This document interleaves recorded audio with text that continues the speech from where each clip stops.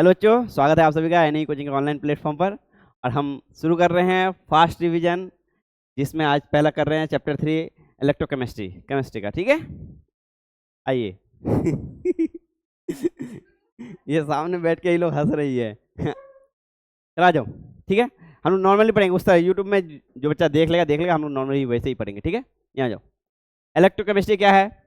Simply electro plus chemistry, यानी कि chemical reaction से इलेक्ट्रिसिटी का कॉम्बिनेशन। केमिकल रिएक्शन से इलेक्ट्रिसिटी का कॉम्बिनेशन। इसमें कुछ कुछ पार्ट, कुछ जगह क्या होगा, इलेक्ट्रिसिटी से क्या बनेगा, जो व्हाइट है। ठीक है, व्हाइट है तो ब्लैक लूंगा। ठीक है, कुछ जगह क्या होगा, इलेक्ट्रिसिटी से क्या होगा, केमिकल रिएक्शन होगा। और कुछ जगह केमिकल रिएक्शन से इलेक्ट्रिसिटी बनेगा, यानी कि विद्युत से रासायनिक अभिक्रिया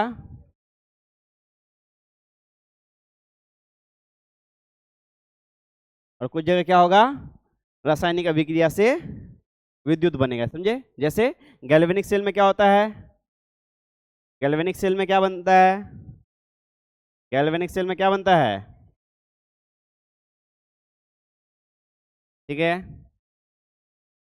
गैल्वेनिक सेल से क्या बनता है, रासायनिक अभिक्रिया से क्या बनता है, इलेक्ट्रिसिटी बनता है। और वहीं इलेक्ट्रोकेमिकल सेल में क्या होता है, इलेक्ट्रोकेमिकल सेल में इलेक्ट्रिसिटी से क्या होता है, केमिस्ट्री बनता है, क्या होता है, केमिकल रिएक्शन होता है। ठीक है, तो इलेक्ट्रोकेमिकल सेल का हिंदी क्या है, विद्युत रासायनिक सेल। ठीक है, चलो इसमें एक एक करके टॉपिक शुरू करेंगे। सबसे पहला है गैल्वेनिक सेल, उसका बाद इलेक्ट्रोकेमिकल सेल। ठीक है, हाँ क्या है,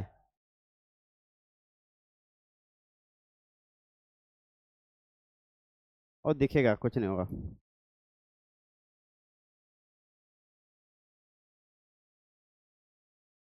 ठीक है, अब यहाँ आ जाओ। गैल्वेनिक सेल और वोल्टेक सेल में क्या होता है, केमिकल रिएक्शन से क्या बनता है, केमिकल रिएक्शन से क्या बनता है, इलेक्ट्रिसिटी बनता है। गैल्वेनिक सेल क्या होता था, गैल्वेनिक सेल क्या होता था, एक में जिंक का सॉल्यूशन रहता था और जिंक का रॉड रहता था, और एक में कॉपर का सॉल्यूशन रहता था और कॉपर का रॉड रहता था। ठीक है, ठीक है, साथ में यहाँ पे रहता था सॉल्ट ब्रिज। ये क्या होता था, सॉल्ट ब्रिज।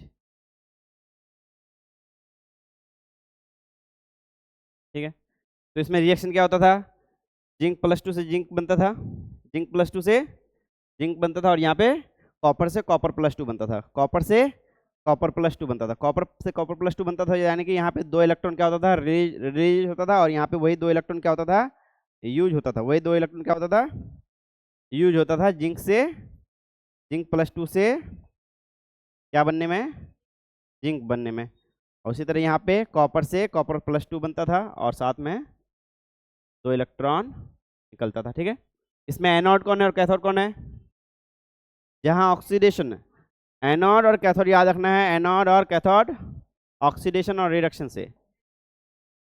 ठीक है, एनोड पे क्या होता है, एनोड पे क्या होता है, ऑक्सीडेशन या रिडक्शन। जहां ऑक्सीडेशन हो रहा है वहां पे वो है एनोड, जहां ऑक्सीडेशन हो रहा है वो है एनोड, और जहां रिडक्शन हो रहा है, रिडक्शन। जहां अपचयन हो रहा है वहां पे कैथोड। अपचयन मतलब जहां चार्ज क्या हो रहा है, घट रहा है, जहां चार्ज घट रहा है वहां पे क्या हो रहा है, रिडक्शन। जहां पे चार्ज घट रहा है क्या हो रहा है, वहां पे रिडक्शन। यहाँ रिडक्शन हुआ तो ये क्या हुआ, कैथोड, और यहाँ पे ऑक्सीडेशन हुआ तो ये हुआ एनोड। ये बात समझ में आ रहा है तुम लोग को? ठीक है, चलो नेक्स्ट बात, गैल्वेनिक सेल कंप्लीट हो गया। अब गैल्वेनिक सेल में है वोल्टेज, वोल्टेज कितना होगा, तो इन दोनों के बीच पोटेंशियल डिफरेंस जो होगा उसी को क्या कहेंगे, इसका वोल्टेज होगा। इन दोनों के बीच में जो पोटेंशियल डिफरेंस होगा इन दोनों रिएक्शंस के बीच में, क्योंकि इनका भी कुछ ऊर्जा निकलेगा इलेक्ट्रॉन वोल्ट में, इसका भी कुछ निकला ऊर्जा निकलेगा इलेक्ट्रॉन वोल्ट में, ठीक है। एक में ऊर्जा लग सकता है, एक में ऊर्जा निकल सकता है। कॉम्बाइन जितना इलेक्ट्रॉन वोल्ट होगा वही क्या होगा, इसका वोल्टेज बनेगा, ठीक है। यहाँ आ जाओ, इसमें क्या लिखा हुआ है, यू से inverted tube connected with 2 electrode solution, 2 electrode solution रहता है, ठीक है। Very charge oxidation take place, anode पे क्या होता है, ऑक्सीडेशन टेक प्लेस। कैथोड पे क्या होता है, रिडक्शन होता है। कैथोड पे क्या होता है, अपचयन होता है, यहाँ देखो कैथोड पे क्या होता है, रिडक्शन होता है, ठीक है। कैथोड पे कौन रहता है, कॉपर रहता है। एनोड पे कौन रहता है, जिंक रहता है, देख लिए हम लोग।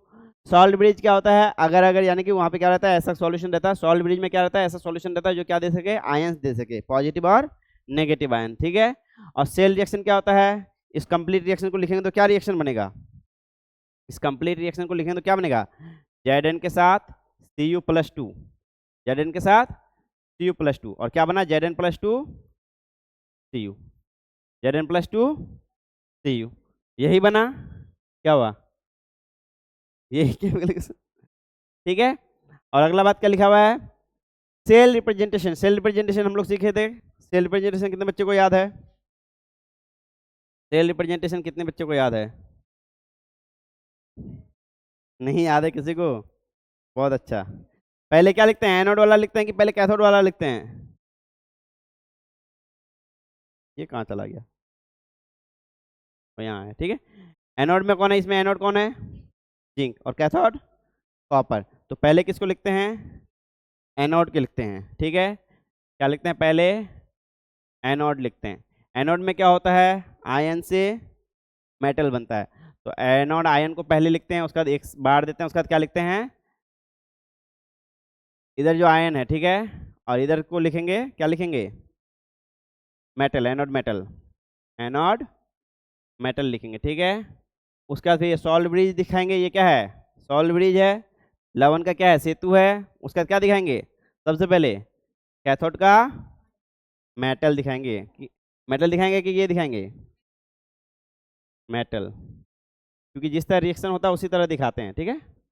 उसका क्या दिखाएंगे, कैथोड आयन, यही चीज है ना। मेथड लिख दिए क्या, ठीक है मेथड लिख दिए तो वो लिख देते हैं, ठीक है।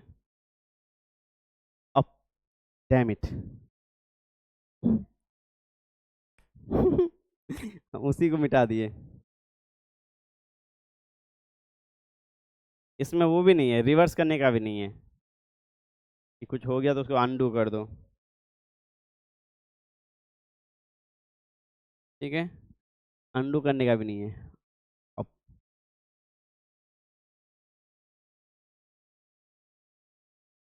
तुम लोग को हाफ सेल वगैरह कुछ भी याद है, नहीं है ना कुछ भी याद, ठीक है।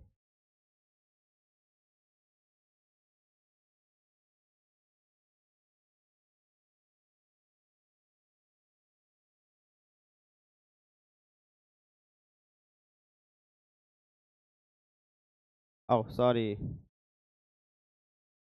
पहले कैथोड को लिखते हैं इसमें, ठीक है, सब गड़बड़ हो गया। यहाँ पहले लिखेंगे कैथोड, कैथोड है कि एनोड है, नोट्स में एनोड है, हाँ जिंक ही है, तो जिंक ही है, Cu+ क्या गड़बड़ कर दिया हम, ठीक तो है। कैथोड मेथड, वो मेथड लिखे ना यहाँ, कैथोड आयन, सिर्फ यही गड़बड़ हो रहा था, ठीक है। आयन और मेटल यहाँ होगा, ठीक है।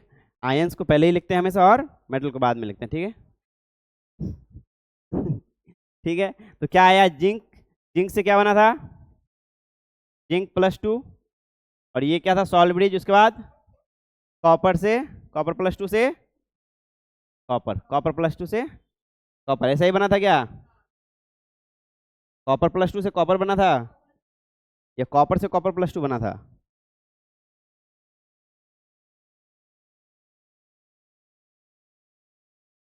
यहाँ ध्यान दो, यहाँ बना जिंक+2 से जिंक बना था, समझे, और कॉपर से बना था कॉपर+2, समझ में आई बात, कॉपर से क्या बना था, कॉपर+2, समझ में आई बात, कॉपर से क्या बना था, कॉपर +2। ठीक है, चलो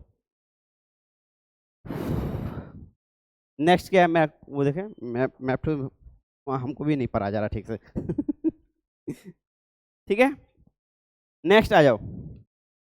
नेक्स्ट पोर्शन क्या है, ये बात समझ में आया, सेल रिप्रेजेंटेशन समझ में आया। पहले लिखेंगे क्या, आयन लिखेंगे क्या, आयन को बाद में लिखेंगे, anode anode ion.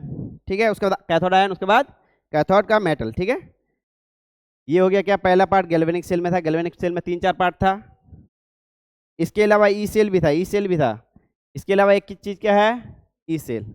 E cell कैसे निकालते हैं, ई सेल कैसे निकालते हैं, ई कैथोड माइनस ई एनोड करते हैं, ई कैथोड माइनस ई एनोड, और उसी को ई राइट माइनस ई लेफ्ट कहते हैं, ई एनोड, ई कैथोड माइनस ई एनोड। ठीक है, यानी कि इन दोनों के बीच में क्या हो जाओ होगा, जो इलेक्ट्रिक पोटेंशियल डिफरेंस होगा, और इन दोनों के बीच में जो पोटेंशियल डिफरेंस होगा, ठीक है, उन दोनों के पोटेंशियल डिफरेंस का क्या होगा, चेंज होगा। और ऐसे भी ये क्या है, स्टैंडर्ड इलेक्ट्रोड पोटेंशियल है। ये क्या है, स्टैंडर्ड इलेक्ट्रोड पोटेंशियल है। इसके लिए लिखेंगे तो क्या लिखेंगे, ई ई क्या है, Zn से Zn+2 और माइनस ई कॉपर से कॉपर+2, ई Zn से Zn+2 और ई कॉपर से कॉपर+2। ठीक है, इतना ही करते हैं। नेक्स्ट चलते हैं, नेक्स्ट पार्ट इसमें क्या है, फैराडेज लॉ। फैराडेज लॉ था इसी में नहीं, इलेक्ट्रोलाइटिक सेल आएगा तब फैराडेज लॉ आएगा। ठीक है, पहले इलेक्ट्रोलाइटिक सेल समझ लो, उससे पहले स्टैंडर्ड समझ लो, SHE। SHE, SHE क्या था, दिख रहा है ना, ठीक है। SHE क्या है, स्टैंडर्ड हाइड्रोजन इलेक्ट्रोड। ठीक है, और इसका हिंदी क्या था, मानक हाइड्रोजन इलेक्ट्रोड का क्या हिंदी था, हिंदी इलेक्ट्रोड ही है। ठीक है, इस ये क्या चीज था, ये भी पूछता है, ये क्या चीज है, ये एक तरफ बैटरी बनाने के लिए दो चीज लगता है, एक क्या लगता है, एनोड और कैथोड।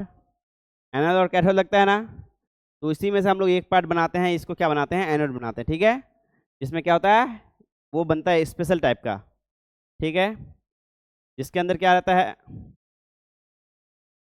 यहाँ पे क्या रहता है, PDPT या फिर निकेल। ठीक है, और यहाँ पे साथ में कौन रहता है, हाइड्रोजन गैस। साथ में कौन रहता है, हाइड्रोजन आयन और हाइड्रोजन गैस। इधर से क्या आएगा, हाइड्रोजन गैस आएगा, और यहीं पे हाइड्रोजन आयन भी है, हाइड्रोजन H आयन। ठीक है, H आयन कैसे होगा, H आयन कैसे होगा, H आयन कैसे आएगा बताओ, जैसे कोई सॉल्यूशन एसिडिक सॉल्यूशन होगा तो उसमें H+ रहेगा, तो वही है, H+ आयन रहेगा, और साथ में इधर से H2 गैस इधर से आउट होगा, या जो है हाँ, H+ आयन ही रहेगा, तो क्या लिखें, आयन। ठीक है, ठीक है, ये एक्सपेरिमेंटल ही रहेगा, इसको बाद में हम लोग फिर सुधार के बनाएंगे। ठीक है, कितना टाइम लग जाता है इसमें, अनुमान हो जाएगा। ये बात याद आया कुछ भी, स्टैंडर्ड हाइड्रोजन पोटेंशियल क्या होगा, इसमें क्या होता है, H2 के साथ, और शायद में प्रेशर रहता है, कितना प्रेशर रहता है, 1 atm। ये आयन का कॉन्सेंट्रेशन कितना रहता है, 1 मोलर, कुछ नहीं याद है तुम लोग को, 1 मोलर कितना रहता है, 1 मोलर। ठीक है, अब वहाँ पे देखो क्या क्या लिखा हुआ है, स्टैंडर्ड हाइड्रोजन इलेक्ट्रोड में क्या है, एक एनोड बनाए हैं, जिसमें क्या होगा, यहाँ पे निकेल पैलेडियम पैलेटियम या कुछ भी होगा, और साथ में हाइड्रोजन आयन रहेगा, और हाइड्रोजन गैस 1 atm पे रहेगा। ठीक है, और यहाँ पे जो कॉन्सेंट्रेशन है 1 m। अब इसका हम लोग मानते हैं E बराबर, इसका E मानते हैं S से H+, कितना मानते हैं, 0। इसका कितना मानते हैं, 0। इसका EMF कितना मानते हैं, 0। इसका EMF 0 मानते हैं। बाकी सबका जो हम लोग स्टैंडर्ड इलेक्ट्रोड पोटेंशियल निकालते हैं, स्टैंडर्ड इलेक्ट्रोड पोटेंशियल, समझे, इसका इलेक्ट्रोड पोटेंशियल कितना हो गया, 0। बाकी सबका जो इलेक्ट्रोड पोटेंशियल निकालते हैं, इसके कंपैरिजन में निकालते हैं। बाकी सबका जो इलेक्ट्रोड पोटेंशियल निकालते हैं इसके कंपैरिजन में निकालते हैं, ठीक है। तो उसका एग्जांपल ले लेते हैं, ठीक है। जैसे दो एग्जांपल ले लेते हैं, क्या है, सबसे टॉप पे है, ठीक है, F2 है, F2 है ना सबसे टॉप पे, सबसे टॉप पे F2 है, F2 क्लोरीन ले लेते हैं, ठीक है। Cl2 प्लस 2 इलेक्ट्रॉन बनेगा 2 Cl माइनस, और इसका पोटेंशियल दिया हुआ है E, वोल्टेज में दिया हुआ है, क्या दिया हुआ है, 2.87 पॉजिटिव, ठीक है। अब यहाँ हाइड्रोजन का देखो, हाइड्रोजन क्या हो रहा है, 2H प्लस, 2H प्लस क्या ले रहा है, 2 इलेक्ट्रॉन ले रहा है, और क्या बन रहा है, H2 बन रहा है। इसका कितना मानक है, 0। और ये क्या है, लास्ट में आ जाओ, Na ले लेते हैं, Na ले लेते हैं, ठीक है। Na प्लस 1 इलेक्ट्रॉन लेगा, और कितना है इसका, क्या बनेगा, Na बनेगा, और इसका कितना है मान, -2.71 है सर, -2.71, ठीक है। अब ये मान देख के बताओ कि ऑक्सीडाइजिंग एजेंट कौन है और रिड्यूसिंग एजेंट कौन है। एक तो ऐसे भी पता होना चाहिए कि ऑक्सीडाइजिंग एजेंट कौन है और रिड्यूसिंग एजेंट कौन है, ठीक है। ये हाइड्रोजन को रिड्यूस करेगा कि ऑक्सीडाइज करेगा, इसका एग्जांपल इसलिए भी लेके ये डायरेक्टली पता चलता है। डायरेक्टली कैसे पता चलता है, क्लोरीन, क्लोरीन हमेशा क्या है, क्लोरीन हमेशा क्या है, इलेक्ट्रोनेगेटिविटी है, इलेक्ट्रोनेगेटिव एलिमेंट है, और वो हमेशा इलेक्ट्रॉन लेगा, इलेक्ट्रॉन को लेगा, इलेक्ट्रॉन लेगा, तो वो क्या है, रिड्यूसिंग एजेंट है कि ऑक्सीडाइजिंग एजेंट है, नहीं, वो खुद रिड्यूस हुआ। इसका चार्ज देखो 0 से कहाँ गया, -1, 0 से, तो ये खुद क्या हुआ, रिड्यूस हुआ। जब ये खुद रिड्यूस हुआ तो अगले के लिए ये क्या बना, ऑक्सीडाइजिंग एजेंट। Na की तरफ देखो, इसका चार्ज कितना है, +1, अब क्या हो गया, 0, यहाँ कितना है, +1, क्या हो गया, 0, तो ये क्या हुआ, खुद यहाँ पे रिड्यूस हुआ, ऑक्सीडाइज कहाँ हुआ, इसका उल्टा आता तब ना ऑक्सीडाइज होता। तो यहाँ Na प्लस क्या है, हाँ, Na क्या है, ऑक्सीडाइजिंग एजेंट है, समझे, Na क्या है, Na प्लस इसके रिवर्स में रिड्यूसिंग एजेंट होगा, ठीक है। तो अब यहाँ पे रिड्यूसिंग एजेंट कौन है, जिसका पॉजिटिव वैल्यू आ रहा है, E का वैल्यू क्या आ रहा है, पॉजिटिव आ रहा है, वो क्या है, रिड्यूसिंग एजेंट। E का वैल्यू जिसका नेगेटिव आ रहा है वो क्या है, ऑक्सीडाइजिंग। और ये सारा वैल्यू किसके कंपेयर में ले रहे हैं, H प्लस के कंपेयर में, SHE के कंपेयर में, किसके कंपेयर में ले रहे हैं, SHE, SHE 271 क्या है ना, तुम कह रहे हो 271 क्या है, इलेक्ट्रॉन वोल्ट है, ठीक है। ये क्या है, एक तरफ इसको लगाएंगे और एक तरफ इसको लगाएंगे, ठीक है। जैसे सेल बनाते हैं, एक तरफ क्या रहेगा, एक तरफ क्या रहेगा हमेशा, SHE, ठीक है। एक तरफ क्लोरीन वाला लगाए, ठीक है, एक तरफ क्लोरीन वाला लगाए, एक तरफ क्या लिखे, मतलब कि सॉल्यूशन रखे किसका, क्लोरीन का, Cl माइनस का, और साथ में यहाँ पे क्लोरीन तो ऐसे रहेगा नहीं, तो क्लोरीन को किस तरह, उसी तरह गैस की तरह रखना पड़ेगा, समझे, Cl2 गैस वाला ही रखना पड़ेगा, समझ में बात, Cl2 गैस वाला सेटअप बनाना पड़ेगा, ठीक है। अब इसका जो इलेक्ट्रॉन यहाँ पे जो वोल्टेज डिफरेंस दिखेगा, वोल्टेज डिफरेंस दिखेगा वो कितना दिखेगा, 2.87 दिखेगा, वोल्टेज डिफरेंस दिखेगा वो कितना होगा, 2.87, समझ में आई बात। उसी तरह जब इसके साथ लगाएंगे तो वो क्या दिखेगा, -2.71, क्योंकि ये हो जाएगा क्या, ये क्या हो जाएगा, ये ऑक्सीडाइजिंग एजेंट, ये अब रिड्यूसिंग एजेंट है, नेगेटिव वैल्यू है, यानी कि Na क्या है, रिड्यूसिंग एजेंट है, Na क्या है, हाँ,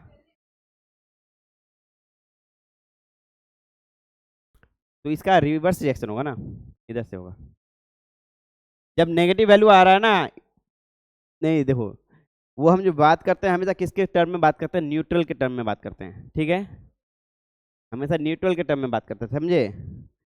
इधर से इधर आओगे तो ये वैल्यू क्या है, ये रिएक्शन क्या है, रिड्यूसिंग, ये ज़्यादा क्या है, रिड्यूसिंग रिएजेंट है, ठीक है।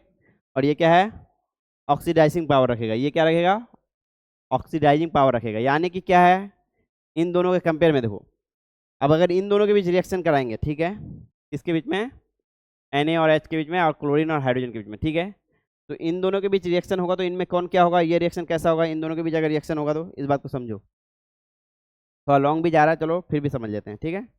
अगर ये दोनों रिएक्शन को एक साथ लाएंगे तो क्या होगा, ऊपर वाले दोनों को, ऊपर वाले दोनों को लाएंगे, जैसे Cl2 है प्लस 2E है और क्या बना 2Cl माइनस, ठीक है। और क्या है 2H प्लस है और 2E माइनस है और क्या बना 2H2, ठीक है।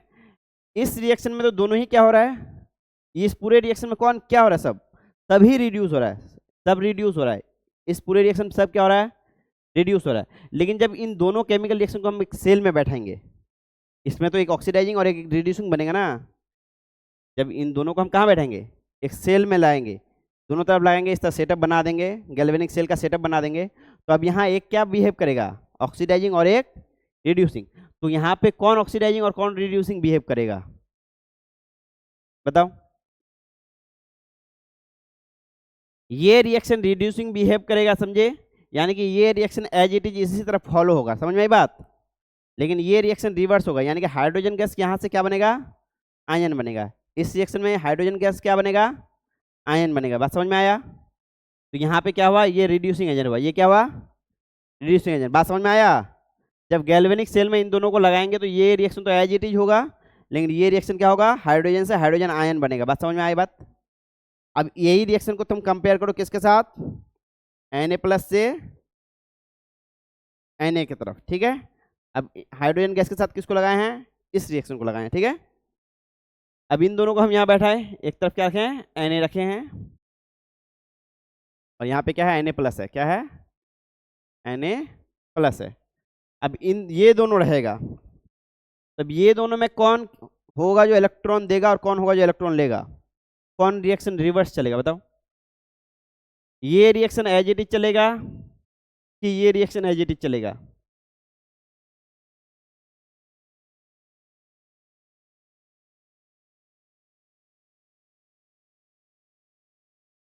यहाँ पे इलेक्ट्रॉन कौन देगा, सिंपली मालूम होना चाहिए, इलेक्ट्रॉन कौन देगा, ये देगा, इलेक्ट्रॉन ये देगा। तो ये रिएक्शन क्या चलेगा, उल्टा चलेगा, ये रिएक्शन क्या होगा, उल्टा चलेगा। समझ में आई बात। यहाँ जो हमेशा वोल्टामीटर लगा हुआ रहता है, समझे, यहाँ जो हमेशा वोल्टामीटर लगा हुआ रहता है, ये पॉजिटिव नेगेटिव नहीं दिखाता है, ये क्या करता है, एक डिफ्लेक्शन दिखाता है, समझे, कि इधर डिफ्लेक्ट हुआ या इधर डिफ्लेक्ट हुआ, ठीक है। इससे पता चलता है करंट किधर से किधर फॉलो कर रहा है। अब यही कारण से हम इसको नेगेटिव दे रहे हैं, क्यों, कि जैसे इन दोनों का रिएक्शन करा है तो इसको रिवर्स रिएक्शन करना पड़ा, समझे। लेकिन जब हाइड्रोजन और Na का रिएक्शन किए तो किसको रिवर्स करना पड़ा, इसको। तो ये यहाँ पे क्या बिहेव कर रहा है, ये रिएक्शन यहाँ पे क्या बिहेव कर रहा है, रिवर्स होके, रिवर्स होके कैसा बिहेव कर रहा है, ऑक्सीडाइजिंग या रिड्यूसिंग, हाँ।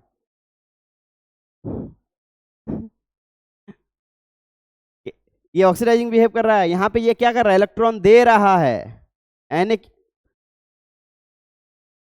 Na प्लस बन रहा है और इलेक्ट्रॉन दे रहा है, रिवर्स में हो रहा है ना ये रिएक्शन। और हाइड्रोजन क्या कर रहा है, इलेक्ट्रॉन ले रहा है और क्या बन रहा है, हाइड्रोजन प्लस क्या बन रहा है, हाइड्रोजन बन रहा है।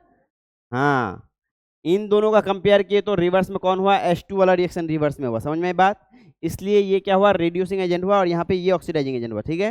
लेकिन इन दोनों के कंपेयर में यहाँ रिड्यूसिंग एजेंट ये हुआ और ऑक्सीडाइजिंग एजेंट ये हुआ, ऐसा हुआ। कौन इलेक्ट्रॉन दिया, बताओ तो।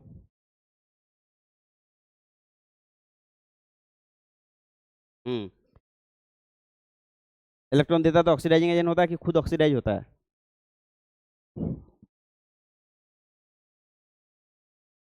ये SH ही है। Na को मतलब तुम लोग जिंक को ले लो, जिंक को ले लो, ठीक है। जिंक जो कि नॉर्मली है, क्या है, जिंक है ना।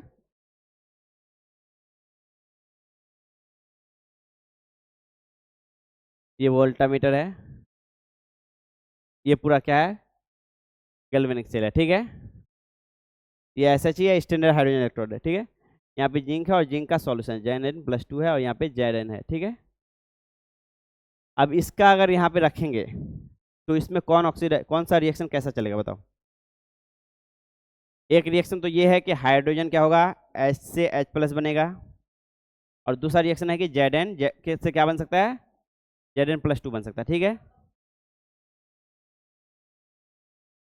हाँ हाँ,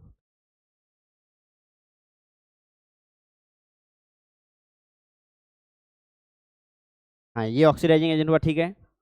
और ये रिड्यूसिंग एजेंट हुआ। इसी तरह रहेगा रिएक्शन, ये रिएक्शन इसी तरह रहेगा, नहीं रिवर्स में होगा। क्या होगा, H प्लस से क्या बनेगा यहाँ पे, H बनेगा, ठीक है। यहाँ पे बात समझ में आ रहा है ना, ये रिएक्शन ऐसे ही रहेगा। लेकिन जो यहाँ पे लिखा हुआ है ये इसका उल्टा लिखा हुआ है कि Zn प्लस से Zn का वैल्यू दिया, क्या हुआ है, Zn प्लस से Zn का वैल्यू है। यानी कि जब भी इधर वाला पार्ट क्या करेगा, इसको, इस पार्ट को क्या करेगा,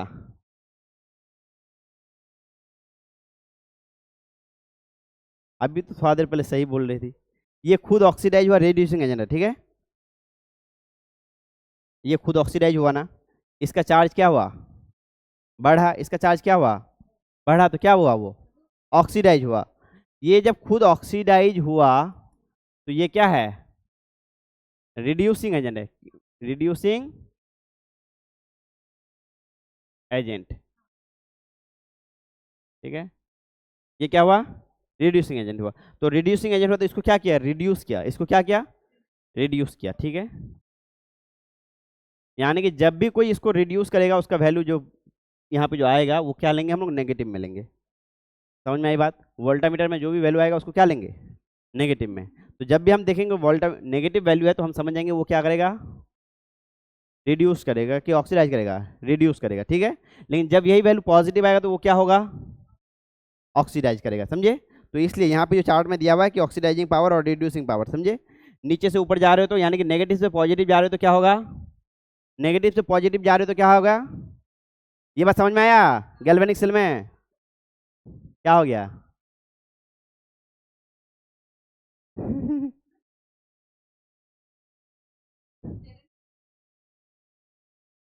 दिया तब ना पॉजिटिव चार्ज बना, दो इलेक्ट्रॉन निकला यहां से तब पॉजिटिव चार्ज बना, हाँ, ऑक्सीडाइज हुआ तो वो रिड्यूसिंग एजेंट है, ठीक है। वो रिड्यूसिंग एजेंट है तो अगले को क्या करेगा, रिड्यूस करेगा, ठीक है। रिड्यूस करेगा तो ये रिएक्शन उल्टा चलेगा, नहीं H प्लस से Hi चलेगा, समझे। हाँ, दो इलेक्ट्रॉन आया तो दो इलेक्ट्रॉन यहाँ प्लस हो जाएगा, समझ में आई बात, तुमको समझ में आया जी, तुम सिर्फ हंस रहे हो उस वक्त से, हाँ, हंसने से हो जाएगा, समझ में आया कि नहीं गैल्वेनिक सेल, ठीक है। तो जो ऑक्सीडाइज करेगा, ऑक्सीडाइज होगा वो रिड्यूसिंग एजेंट होगा और वो क्या करेगा, अगले को रिड्यूस करेगा। अगर SHE को रिड्यूस कर रहा है, SHE को अगर क्या कर रहा है, SHE में अगर रिड्यूस कर रहा है तो वो क्या है, ऑक्सीडाइज हुआ है, यानी कि वो रिड्यूसिंग एजेंट है। उसका वैल्यू जो आएगा इलेक्ट्रॉन वोल्ट में, जो उसका EMF आएगा वो क्या आएगा, नेगेटिव आएगा, उसका EMF क्या होगा, नेगेटिव आएगा। इसी के कंपेयर में क्लोरीन, हाँ, इसी के कंपेयर में क्लोरीन इसको क्या करेगा, ऑक्सीडाइज करेगा, तो उसका वैल्यू क्या आएगा, पॉजिटिव, उसका वैल्यू क्या आएगा, पॉजिटिव, समझे, उसका वैल्यू आएगा पॉजिटिव, समझ में आ गया। तो SHE के कंपेयर में ही हम लोग क्या निकालते हैं, EMF निकालते हैं, मतलब कि इनका स्टैंडर्ड इलेक्ट्रोड पोटेंशियल निकालते हैं, स्टैंडर्ड इलेक्ट्रोड पोटेंशियल, ठीक है।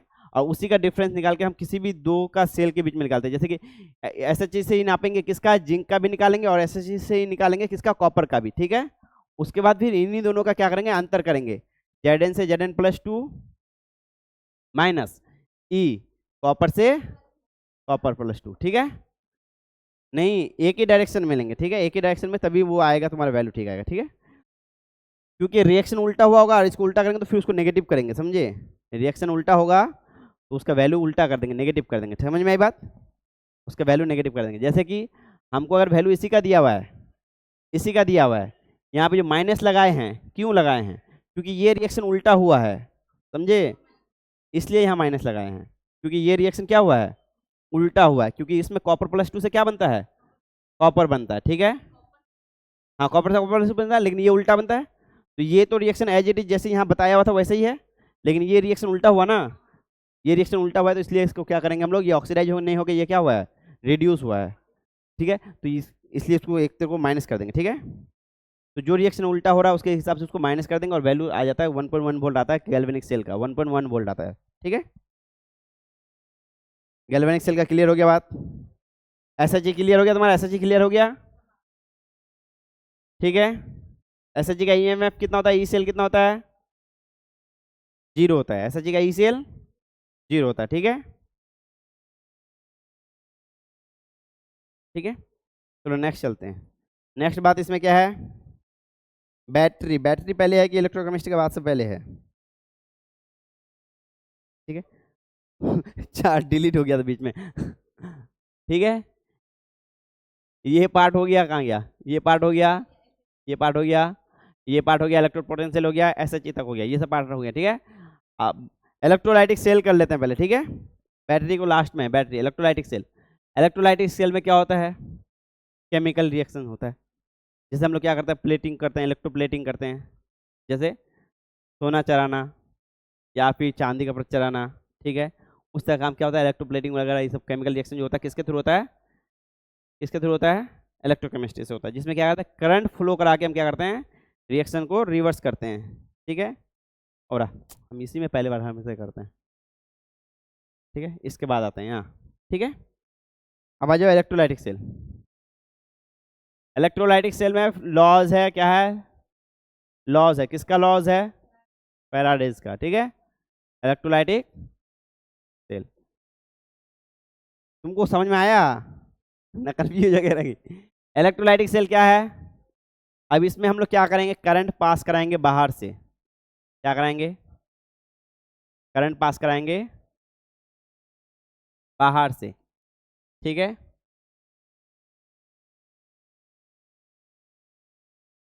करंट पास कराएंगे बाहर से।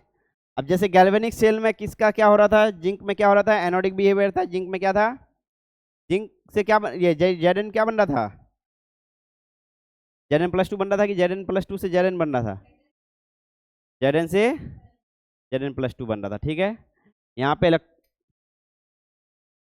लोग हमको, ठीक है, और इधर Copper+2 से क्या बन रहा था, कॉपर बन रहा था। ठीक है, यही था गैल्वेनिक में। अब सिंपल ही आ जाओ, यहाँ पे वोल्टेज कितना, ईएमएफ कितना जनरेट हो रहा था, ई सेल कितना जनरेट हो रहा था, 1.1 वोल्ट, 1.1 वोल्ट। ठीक है, लेकिन जब हम बाहर से एक इलेक्ट्रिसिटी देंगे इसके रिवर्स में, अगर वो 1.1 वोल्ट के बराबर होगा, ठीक है, काउंटर करने के लिए, तो इसमें कोई रिएक्शन नहीं होगा। ठीक है, कम होगा तो जो रिएक्शन हो रहा वही होगा। लेकिन जब हम यही वोल्टेज क्या कर देंगे, 1.1 से ज़्यादा कर देंगे, बाहर से वोल्टेज, बाहर से वोल्टेज जब 1.1 से ज़्यादा कर देंगे, ये सारा रिएक्शन क्या होगा, उल्टा होने लगेगा।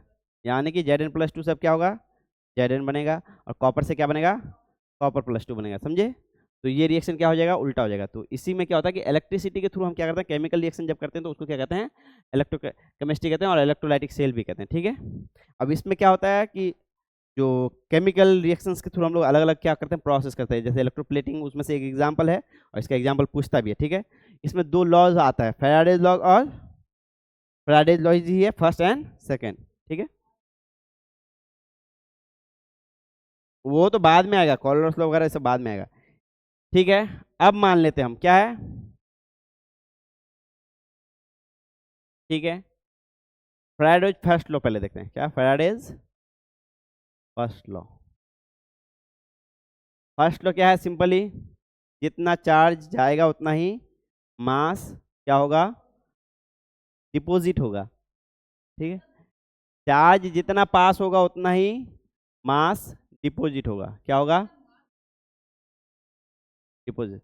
नहीं तो इलेक्ट्रिसिटी पहले पास हो रहा है ना, उसके कंपेयर में क्या हो रहा है कि मास डिपॉजिट हो रहा है। ठीक है, अब Q बराबर क्या होता है, IT, इसको IT भी लिख सकते हैं। ठीक है, उसी प्रोपोर्शनली क्या होगा, मास डिपॉजिट होगा। अब वो मास कितना डिपॉजिट होगा ये डिपेंड करेगा कि कितना उसका इलेक्ट्रिसिटी, नहीं, जैसे कि उसका जो मोलर मास है, उसके अलावा एन फैक्टर्स, ये सारे पे वो डिपेंड करेगा, मोलर मास पे भी डिपेंड करेगा और एन फैक्टर पे भी डिपेंड करेगा। जैसे एक इलेक्ट्रॉन से कितना एटम बनेगा ये डिपेंड करेगा, क्या कि जैसे Ag है, अगर रिएक्शन में Ag+ और Ag है, ठीक है, तो ये क्या होगा, एक इलेक्ट्रॉन अगर चार्ज पास हुआ तो क्या बन जाएगा, Ag से Ag+ से Ag बन जाएगा। लेकिन वहीं दो इलेक्ट्रॉन चाहिए होगा किसके लिए, Zn+2 से Zn बनने के लिए, दो इलेक्ट्रॉन चाहिए होगा Zn+2 से Zn बनने के लिए, तो इसलिए मास इस पर डिपेंड करेगा। समझ में बात। तो उसी तरह अब एक मोल आ जाता है, एक मोल इलेक्ट्रॉन क्या आ जाता है उसमें, एक मोल इलेक्ट्रॉन। बात करते हैं हम लोग एक मोल इलेक्ट्रॉन पे, जितना सारा भी बात होता है, और एक मोल इलेक्ट्रॉन का चार्ज कितना होता है, उसके लिए स्पेशल है 1 फैराड। क्या होता है? 1 फैराड। ठीक है, 1 फैराड। बात समझ में आया? अगर 1 फैराड इलेक्ट्रिसिटी पास किए तो इस रिएक्शन में कितना एजी डिपॉजिट होगा? कितना डिपॉजिट होगा एजी? क्योंकि एक इलेक्ट्रॉन पे एक एटम बन रहा है एजी का, तो उसी तरह क्या होगा, 1 मोल इलेक्ट्रॉन पे कितना बनेगा? 1 मोल इलेक्ट्रॉन पे कितना बनेगा? 1 मोल एजी बनेगा। 1 मोल एजी बनेगा ना, 1 मोल एजी। ये बात समझ में आया? पहले ये बताओ। नहीं आया? एक इलेक्ट्रॉन अगर चार्ज पास करेंगे तो एक एटम क्या बनेगा? एजी प्लस से एजी बनेगा। ये बात समझ में आया? एक इलेक्ट्रॉन पास करेंगे तो एक एजी प्लस से एक एजी बनेगा एटम। वहीं अगर 1 मोल इलेक्ट्रॉन पास करेंगे तो क्या बनेगा? हाँ, 1 मोल इलेक्ट्रॉन, उसका चार्ज है 1 फैराड, वो चार्ज का मान है फैराड। ठीक है, जो कि क्या है 96487 कूलम। ठीक है, जो कि क्या है 96487 कूलम। ठीक है, और इसको अप्रोक्सीमेटली कभी कभी 96500 कूलम भी मान लेते हैं। ठीक है, तो एक इलेक्ट्रॉन जाएगा तो एक एजी प्लस को क्या बनाएगा? एक एजी बनाएगा। उसी तरह 1 मोल इलेक्ट्रॉन जाएगा तो क्या करेगा? 1 मोल एजी प्लस को क्या बनाएगा?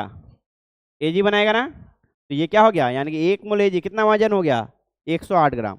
108 ग्राम, 108 ग्राम। ठीक है, उसी तरह तुम क्या देगा? करंट का वैल्यू दे देगा, टाइम दे देगा। समझे?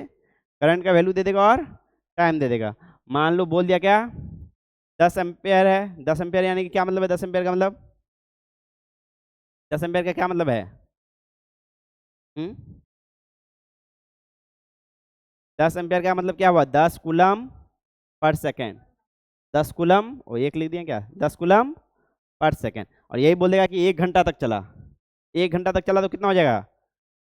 3600 गुना 10, यानी कि 36,000 कूलम। 36,000 कूलम। समझ में आई बात? और इसी में तुमको पूछ देगा क्या, कि बताओ कितना एजी डिपॉजिट होगा? कितना एजी डिपॉजिट होगा? कितना एजी डिपॉजिट होगा? बताओ आप तुम लोग। 1 मोल होगा। 1 मोल कितना पे होता है? 9600, 6500 मान लेते हैं, एवरेज में 500 ले लेते हैं। ठीक है, 96 में क्या होता है? 1 मोल एजी होता है। कितना होता है? 1 मोल एजी। इतना में 1 मोल एजी होता है ना, तो 1 में कितना हो जाएगा? 108 बटे 96500। और जितना टाइम है, टाइम क्या हो गया? 3600। 3600 गुना 10, 36,000 है ना कूलम। तो 108 बटे 96500 गुना 36,000। दिख रहा है तुम लोग को? ठीक है, दिख रहा है? तो यानी कि इतना डिपॉजिट होगा। ठीक है, ये क्या है? Molar mass. ये क्या है? फैराड का वैल्यू। और ये क्या है? जितना टाइम गया है। समझ में आई बात?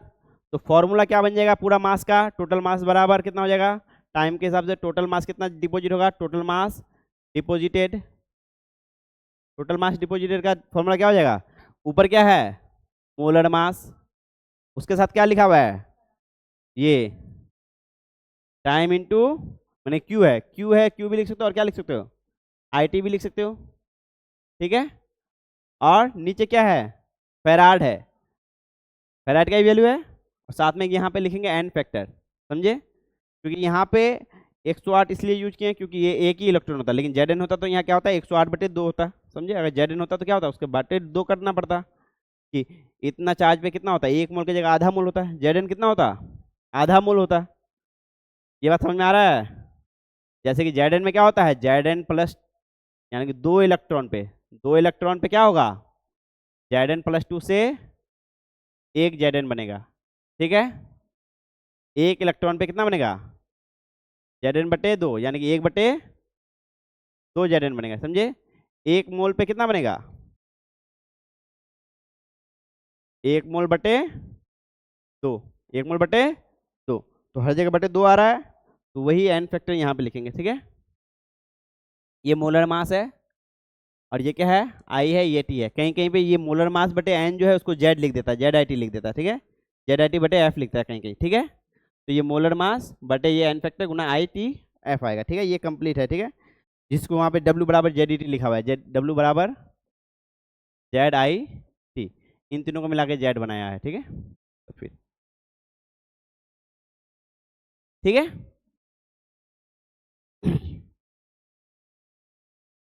बात समझ में आ गया? बात समझ में आ गया तुम लोगों को? Z क्या है? Z उतना मास है जितना 1 मोल इलेक्ट्रॉन पे डिपॉजिट होगा। Z कितना मास है? जितना 1 मोल इलेक्ट्रॉन पे डिपॉजिट होगा। ठीक है,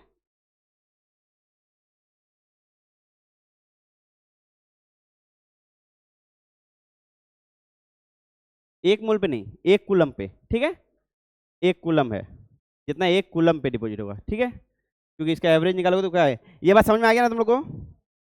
और कुछ इसमें करना है? दूसरा फैराडे का लॉ है, क्या है? क्या समझ में आया तुमको? नहीं है तुम? ठीक है, दूसरा लॉ क्या है? वेट का। ठीक है, मान लो मल्टीपल रखे हैं, मल्टीपल मेटल्स रखे हैं और मल्टीपल सॉल्यूशन दिया हुआ है। ठीक है, एक से अधिक, समझे?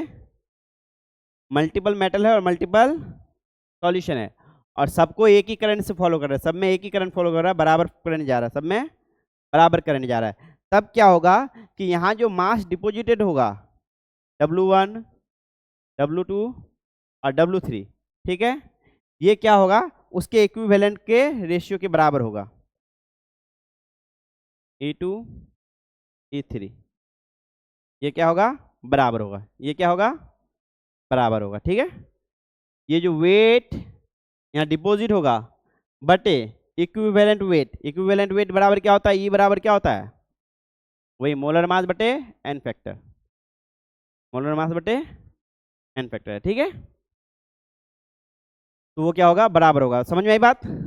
दूसरा यही कहता। ठीक है, amount of chemical reaction, Faraday's first law, amount of chemical reaction which occur at any electrode during electrolysis by current is proportional to the quantity of through the electrolysis. पहला वाला बोला कि जितना भी मास जमा होगा वो क्या होगा? जितना इलेक्ट्रिसिटी जाएगा, जितना इलेक्ट्रिसिटी जाएगा, बोला है जितना मास डिपॉजिट होगा कहाँ पर? इलेक्ट्रोड पर। जितना मास डिपॉजिट होगा किस पर? इलेक्ट्रोड पर, वो क्या होगा? ये बात तुमको समझ में आ रहा है कि मास डिपॉजिट हो रहा है? नहीं समझ में आ रहा तुमको? क्या नहीं समझ आ रहा उसमें? क्या मास नहीं डिपॉजिट हो रहा है? ये जैसे ये केमिकल रिएक्शन में यहाँ क्या हो रहा था? Zn के साथ क्या हो रहा था? Zn से क्या बन रहा था? Zn+2। लेकिन कॉपर के टर्म में क्या हो रहा था? कॉपर के साथ क्या हो रहा था? कॉपर+2 से कॉपर बन रहा था, तो यानी कॉपर वहाँ क्या हो रहा था? डिपॉजिटेड हो रहा था। समझ में बात? वही डिपॉजिटेड मास के बारे में बात कर रहे हैं कि वो डिपॉजिटेड मास जो होगा कितना के बराबर होगा? जितना करंट पास हुआ है। समझ में बात? वो उसके प्रोपोर्शनल होगा, समझे? और एक्चुअल मान किसके बराबर होगा? जेड कितना है? 1 कूलम चार्ज पे जितना मास डिपॉजिट होगा, जेड का मान कितना है? 1 कूलम चार्ज पे जितना डिपॉजिट होगा। ठीक है, इनटू IT। समझ में आई बात? दूसरा उसी का बोला है, अगर बराबर करंट भेजे हैं, 3 केमिकल का सेटअप बनाए हैं और इस सब में अगर बराबर करंट भेजे हैं, तब वहां पे जो मास डिपॉजिट होगा, समझे, 2 रहे 3 रहे, और उनके इक्विवेलेंट, इक्विवेलेंट क्या होता है? मोलर मास बटे एन फैक्टर, तीनों का रेशियो क्या होगा? बराबर होगा। तीनों का रेशियो क्या होगा? बराबर होगा। समझ में बात? ये फैराडे का सेकंड लॉ है। वही कहता है amount of substance deposited at electrode during electrolysis is proportional to their chemical equivalent weight. Chemical equivalent weight के क्या होगा? प्रोपोर्शनल होगा। समझ में बात? ठीक है, चलो, ये हो गया फैराडे का फर्स्ट लॉ और सेकंड लॉ। ठीक है, इसमें कोई दिक्कत होगा तो फिर डिटेल में पढ़ेंगे। नेचर ऑफ इलेक्ट्रोड और medium of electrolysis. Quantitative expect में है कि नेचर ऑफ इलेक्ट्रोड कैसा है और मीडियम ऑफ इलेक्ट्रोलाइसिस कैसा है। ठीक है, उस पर भी थोड़ा थोड़ा डिपेंड करेगा। नेक्स्ट आ जाओ, इलेक्ट्रोलाइसिस सेल में device converting electrical energy into chemical energy. Electrolysis में क्या होता है? उल्टा होता है। इलेक्ट्रिकल एनर्जी से क्या होता है? केमिकल एनर्जी बनता है। दूसरा, एनोड क्या होता है? पॉजिटिव वेरी चार्ज ऑक्सीडेशन अकर। एनोड पे क्या होता है? एनोड पे हमेशा ये क्या होता है? ऑक्सीडेशन होता है। ठीक है, कैथोड पे क्या होता है? नेगेटिव चार्ज रिडक्शन अकर। अब यहाँ पे क्या होता है कि कैथोड से इलेक्ट्रॉन लेके क्या होता है? ये रिएक्शन केमिकल में जाता है। ठीक है, सेल रिप्रेजेंटेशन क्या होता है? ऑक्सीडेशन हाफ को पहले लिखते हैं और रिडक्शन हाफ को बाद में लिखते हैं। ये तो उसमें भी करते हैं। ठीक है, इस पार्ट को कर लिए। ठीक है, बच्चा वो बोला कहाँ पर? यहाँ पे device converting electrical energy into chemical energy.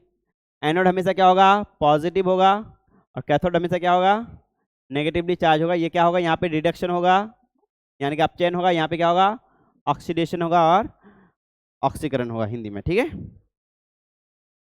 अब आ जाओ इलेक्ट्रोकेमिस्ट्री में, कॉलरॉस लॉ वगैरह का जो बात सब है, ठीक है, इसमें आ जाओ। यहाँ पे बनाया हुआ है सॉल्ट ब्रिज ये सब। ये पहला वाला पार्ट क्या है, ये है एनायन कटायन, कटायन दोनों जगह कटायन कटायन क्यों लिखा हुआ है बताओ। ये दो सेटअप को एक साथ मिलाया हुआ है। दो सेटअप कौन सा है, दो सेटअप मिलाया हुआ है एक साथ। एक गैल्वेनिक सेल जो क्या कर रहा है, इलेक्ट्रिसिटी प्रोड्यूस कर रहा है। दूसरा इलेक्ट्रोलाइसिस सेल, ठीक है, इलेक्ट्रोलाइटिक सेल जो कि क्या कर रहा है, इलेक्ट्रिसिटी का यूज करके केमिकल रिएक्शन कर रहा है। समझ में आई बात, ये दोनों सेल इसमें मिलाया हुआ है, ठीक है। अब आ जाओ कौन सा पार्ट करेंगे हम लोग, इलेक्ट्रोकेमिस्ट्री। इलेक्ट्रोकेमिस्ट्री यानी कि ये जो केमिकल रिएक्शन होता है इसमें अलग अलग चीज डिपेंड करता है, क्या क्या डिपेंड करता है, ठीक है। तो सबसे पहला है इसमें कौन, नर्स इक्वेशन। नर्स इक्वेशन को समझना है। नर्स इक्वेशन क्या है, क्या है, क्या है? ठीक है, पहले बैटरी पढ़ना है, बैटरी पढ़ लो। बैटरी क्या, बैटरी तो बस तुमको याद रखना है, बैटरी में जो भी बात है वो क्या है, याद रखना है तुमको, ठीक है। तीन चार बैटरी था बुक में। एक मरकरी बैटरी था, ये तो गैल्वेनिक सेल ही है, ठीक है, ड्राई सेल जिसमें जिंक और क्या है, एमिनो प्लस है। उसका ये क्या, लीड स्टोरेज बैटरी था। तीन तरह का बैटरी, प्राइमरी और सेकेंडरी। प्राइमरी बैटरी किसको कहते हैं, प्राथमिक बैटरी किसको कहते हैं, जो एक बार यूज हो गया और खत्म, ठीक है, जैसे एवरीडे का बैटरी सब आता है, एक बार यूज हुआ खत्म। दूसरा क्या है, सेकेंडरी बैटरी। सेकेंडरी बैटरी जो हम लोग यूज कर रहे हैं माइक में, बार बार क्या हो रहा है, डिस्चार्ज हो रहा है, यूज कर रहे हैं, फिर मोबाइल में जैसे कि, ठीक है, डिस्चार्ज हो रहा है फिर चार्ज कर रहे हैं, हाँ वही, जिसको क्या करते हैं, चार्ज कर सकते हैं, रिचार्ज कर सकते हैं, वो सब क्या है, सेकेंडरी बैटरी, ठीक है। सेकेंडरी बैटरी का भी दो एग्जाम्पल था। एक तो ये क्या है, निकल कैडमियम वाला था, और एक था, ठीक है। अब प्राइमरी बैटरी में क्या था, एक मरकरी वाला था, जो छोटा छोटा बैटरी सब आता है किसमें, खिलौने में, जो किसमें आता है, खिलौने में, मरकरी वाला, ठीक है, जिसमें एनोड में क्या रहता है, ZnNHg रहता है, ठीक है। कैथोड में क्या है, पेस्ट ऑफ HgO। HgO यानी कि Hg क्या है, मरकरी है, मरकरी ऑक्साइड, प्लस क्या रहता है, कार्बन इलेक्ट्रोलाइट, क्या होता है, paste of KOH plus ZnO। Electrolytes यानी कार्बन इलेक्ट्रोलाइट, मतलब कि जो में सॉल्ट ब्रिज का काम करता है, ठीक है, KOH और ZnO। ये क्या है, लेक्नेस सेल में क्या है, ड्राई सेल में क्या है, जेरन ग्रेफाइट है, पाउडर्ड है, ग्रेफाइट क्या है, पाउडर है, जेरन, ठीक है। MnO plus carbon plus paste of NH4Cl। NH4Cl क्या है, एसिड प्लस NH3 का कॉम्बिनेशन है, एसिड प्लस NH3 का कॉम्बिनेशन, प्लस साथ में कौन है, ZnCl2 है, ZnCl2 है, ठीक है। इसका केमिकल रिएक्शन सब है तो वो तुमको याद करना पड़ेगा। केमिकल रिएक्शन सब जो है कि एनोड में कौन सा केमिकल रिएक्शन होता है, कैथोड पे कौन सा केमिकल रिएक्शन होता है। लीड स्टोरेज बैटरी उसी तरह है। लीड स्टोरेज बैटरी में क्या होता है, दोनों होता है। जब हम लोग करंट देते हैं तो ऑक्सीडेशन एक तरफ होता है और रिडक्शन दूसरी तरफ होता है, ठीक है। लेकिन उसका रिवर्स जब उसको हम लोग यूज करते हैं, जिधर रिडक्शन हुआ था करंट देने के वक्त, वो उसका ऑक्सीडेशन होता है, और फिर क्या होता है, अगला वाला पार्ट रिडक्शन होता है, ठीक है। इसमें क्या आता है, पीबी से आता है, PbO बनता है, ठीक है, PbO बनता है, साथ में क्या होता है, PbSO4 भी बनता है, ठीक है। जब करंट देते हैं तो क्या बनता है, PbO से PbSO4 बनता है, लेकिन जब रिवर्स करते हैं तो PbSO4 से PbO बनता है, ठीक है, दोनों बात होता है। तो ये बैटरी में तो तुम लोगों को वो डेटा याद रखना पड़ेगा कि 4 बैटरी है, 2 प्राइमरी है और 2 सेकेंडरी है।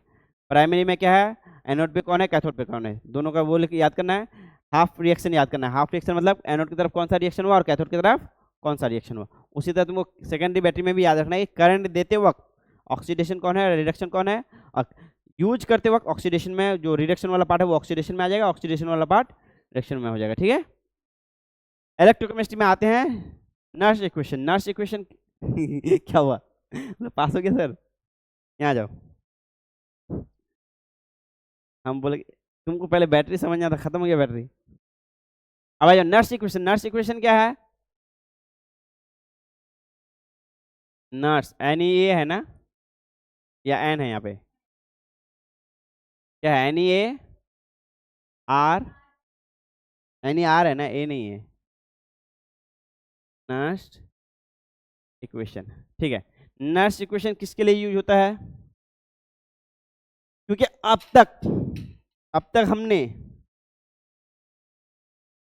तक हमने जितना भी क्या निकाला है, पोटेंशियल निकाला है सेल्स का, जितना बार भी पोटेंशियल निकाले हैं सेल का, क्या निकाले हैं ई सेल, वो क्या निकाले हम लोग ई राइट माइनस लेफ्ट किए हैं या फिर ई कैथोड माइनस एनोड किए हैं, ई एनोड, ठीक है यही किए हैं। तो ये क्या है, ये सिर्फ स्टैंडर्ड कंडीशन पे है, किसके लिए है स्टैंडर्ड। स्टैंडर्ड कंडीशन क्या था, स्टैंडर्ड कंडीशन क्या था, सबका कॉन्सेंट्रेशन 1 मोलर रहेगा, समझ में आई बात, ये स्टैंडर्ड कंडीशन था, सबका स्टैंडर्ड कंडीशन क्या है 1 मोलर सॉल्यूशन रहेगा, समझे, यानी कि ये शुरुआती कंडीशन है, समझे।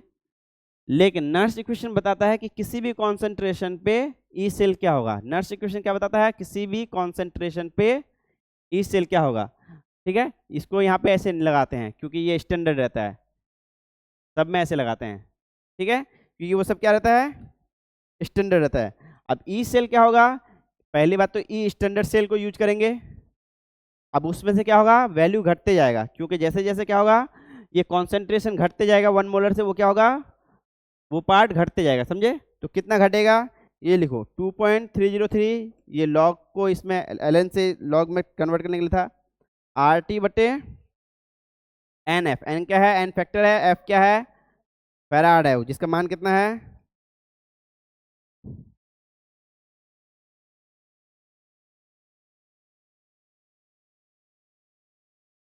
ठीक है। और रिएक्शन है, ये कौन सा रिएक्शन के लिए दिया हुआ है, एम से क्या बन रहा है Mn+2 से क्या बन रहा है Mn बन रहा है, Mn+ से n इलेक्ट्रॉन जुड़ रहा है और क्या बन रहा है M बन रहा है सॉलिड, ठीक है। ये रिएक्शन के लिए ये दिया, ठीक है। इसमें जो इसका इलेक्ट्रिक सेल था तो उसका ये फॉर्मूला आया, ठीक है। ये अभी एक ही तरफ का यूज किया है, समझे, दोनों तरफ का मिक्स करेंगे तो ये एक ही तरफ का यूज करेगा, तो यहाँ पे फिर वो आएगा ई सेल नहीं आके क्या आएगा ई एम आएगा, समझे, ई Mn+M आएगा, समझे, ठीक है।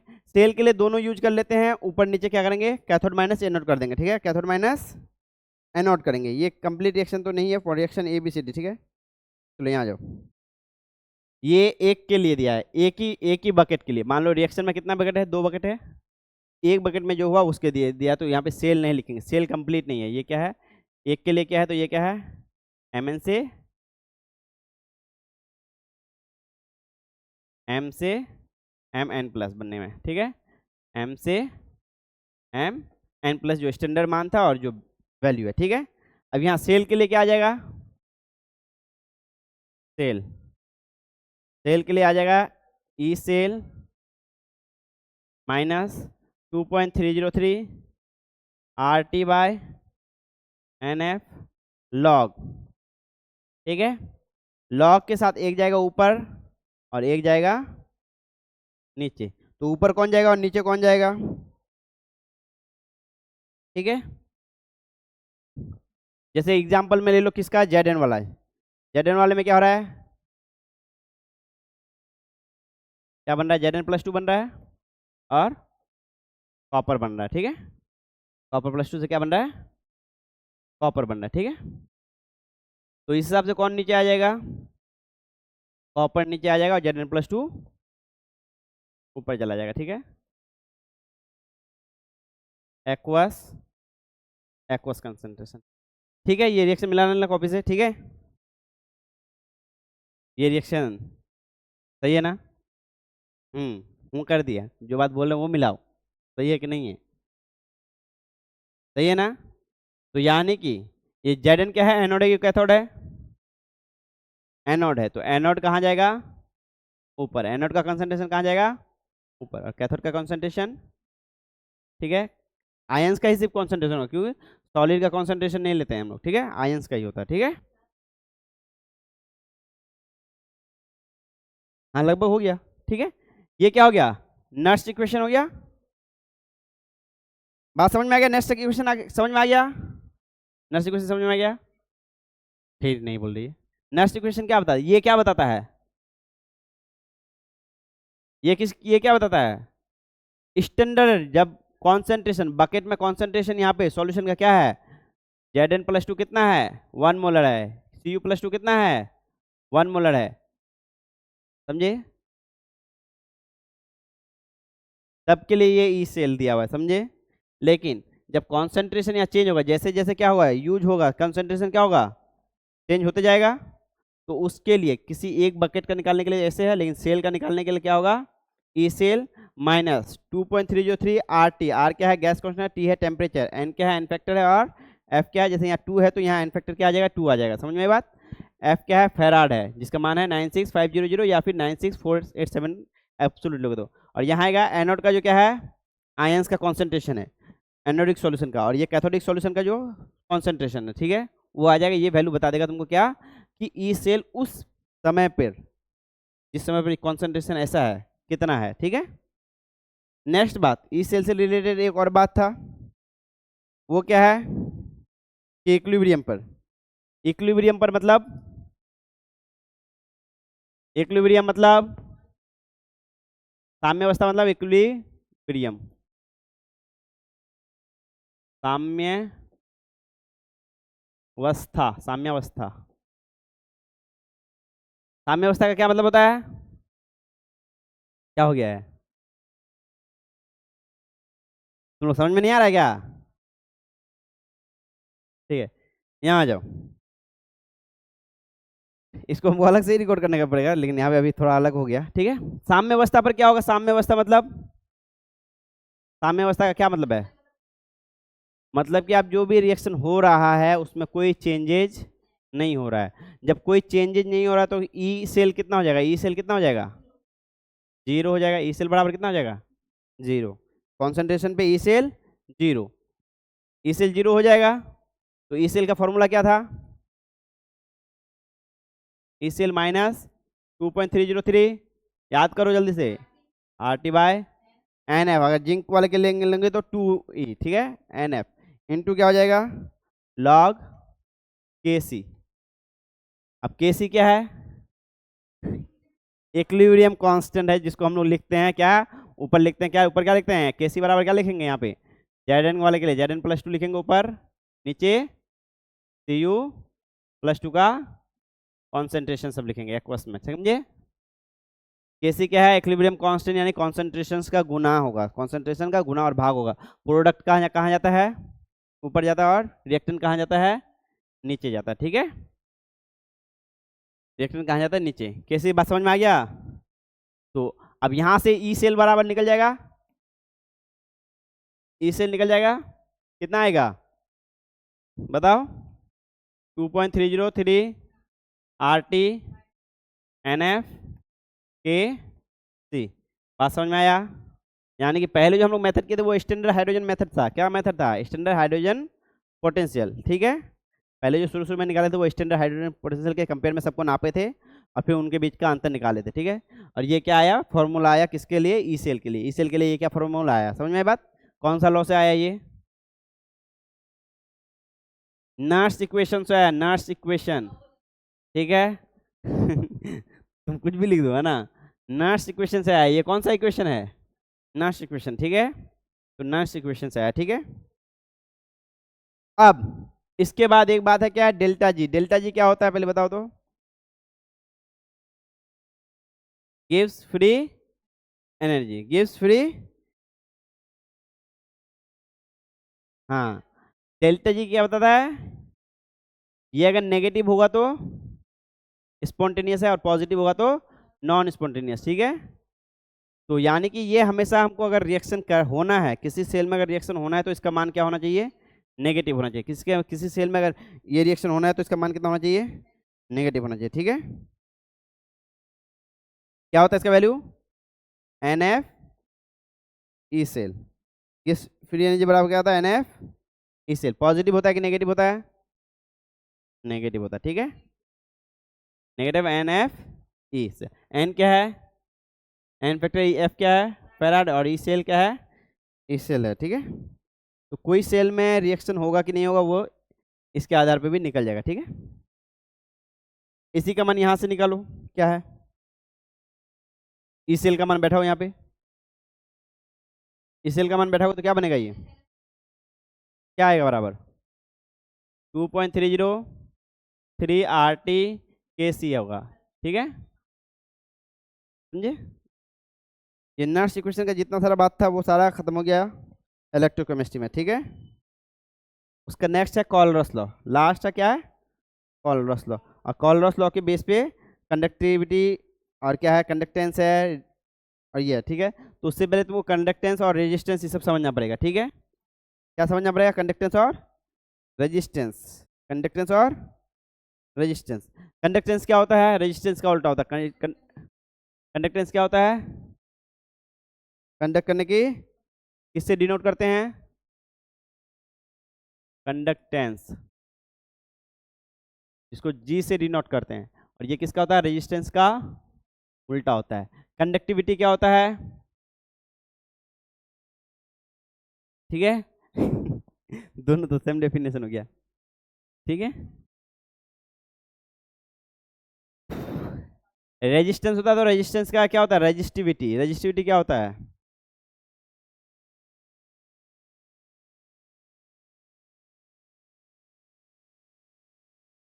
हाँ, मटेरियल का जो प्रॉपर्टी होता है अपोज करने का, उसी को क्या कहते हैं?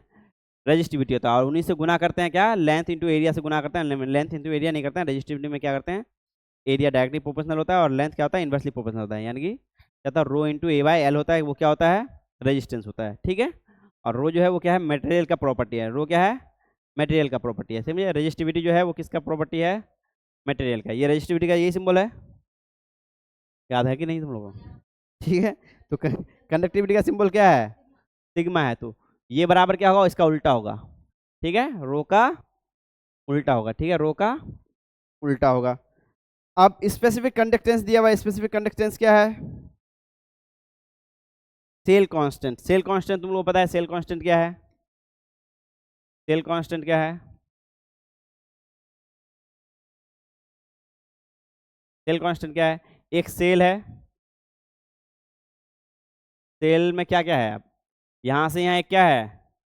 डिस्टेंस है एल। और ये प्लेट का क्या है? एरिया है ए, ठीक है। प्लेट का क्या है? एरिया है ए। क्यों एरिया को ले रहे हैं?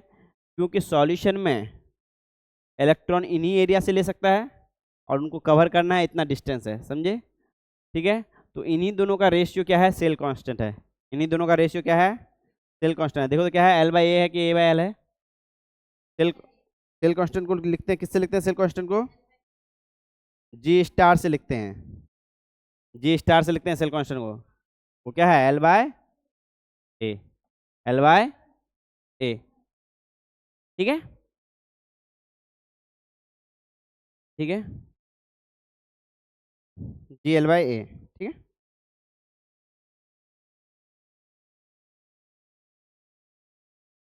हम्म।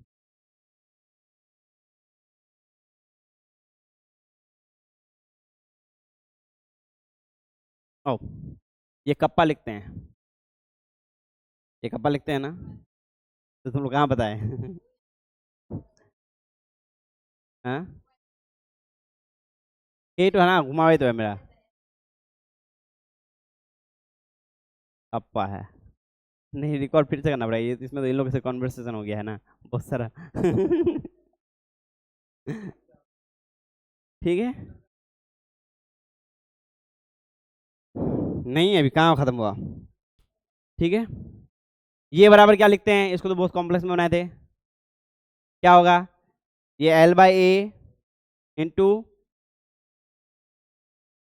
अब रेजिस्टेंस को अगर लिखेंगे यहाँ से जी बराबर लिखेंगे तो क्या आएगा? वो कप्पा इंटू, इंटू क्या होगा? एल बाई ए होगा। एल बाई होगा कि ए बाई एल होगा? A by L, A by L होगा, ठीक है। अब यहीं से अगर A by L G star के टर्म में लिखेंगे तो जी बराबर क्या आएगा? जी जी इंटू जे क्या आएगा?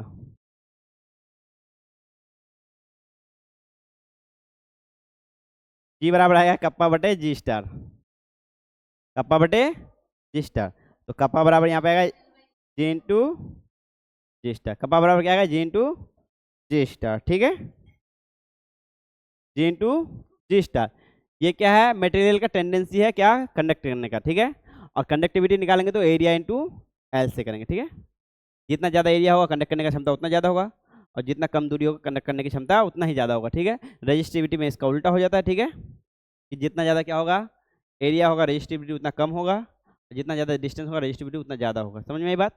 इसलिए वहाँ पे L/A लिखते हैं, यहाँ पे क्या बोलते हैं A/L, क्योंकि उसका उल्टा होता है सारा। ठीक है, तो ये G/G स्टार में समझ में आ गया, ये L/A समझ में आ गया। सेल कांस्टेंट क्या होता है, इनका एरिया और बट्टे जो नहीं लेंथ बटे एरिया। ठीक है, अब इसके अलावा आता है यहाँ पे एक टर्म आता है, क्या है ये, मोलर कंडक्टिविटी। कौन सा है, मोलर कंडक्टिविटी। मोलर कंडक्टिविटी क्या है, ये क्या है, specific conductivity, specific conductivity, conductivity. ठीक है, स्पेसिफिक कंडक्टिविटी। जैसे स्पेसिफिक रेजिस्टेंस को ही क्या कहते हैं, रेजिस्टिविटी कहते हैं। ठीक है, ठीक है, कप्पा। मोलर कंडक्टिविटी क्या होता है, एक मोल कॉन्सेंट्रेशन का इस सेल में एक मोल कॉन्सेंट्रेशन का कंडक्ट करने की क्षमता, एक मोल कॉन्सेंट्रेशन का कंडक्ट करने की क्षमता। ठीक है, यहाँ पे डायरेक्ट फॉर्मूला दिया हुआ है, उसी को लिख लो, 1000 गुना K/M। M क्या है यहाँ पे, मोलर मास। बहुत अच्छा, मोलरिटी है।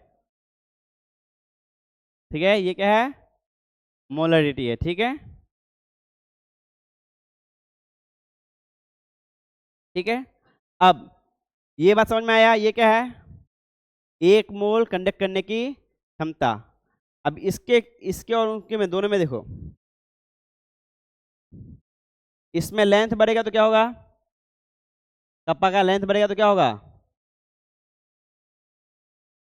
कप्पा घटेगा, नहीं, कप्पा बढ़ेगा, क्योंकि ये कप्पा इस साइड है ना, लेंथ इसी साइड है ना, कप्पा एल के इधर गुना में आएगा ना, एल।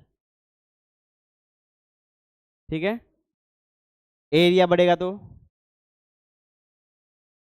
अब ओवरऑल बताओ, कंडक्टिविटी अगर कॉन्सेंट्रेशन बढ़ेगा तो कंडक्टिविटी बढ़ेगा कि क्या होगा।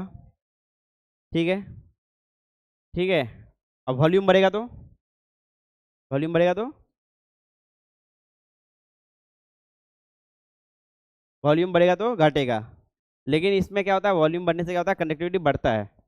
इसका रिवर्स एक रिएक्शन एक रिलेशन लिखा था, याद है तुम लोग, क्या है रिलेशन, वो कंडक्टिविटी और स्पेसिफिक कंडक्टिविटी के बीच डिफरेंस लिखा था कि वॉल्यूम का कॉन्सेंट्रेशन बढ़ेगा तो इसका कॉन्सेंट्रेशन घटेगा। लिखा हुआ है कॉपी में तुम लोग का, कनेक्टिविटी में, मोलर कनेक्टिविटी में देखो तो, मोलर कनेक्टिविटी के बारे में लिखाए थे,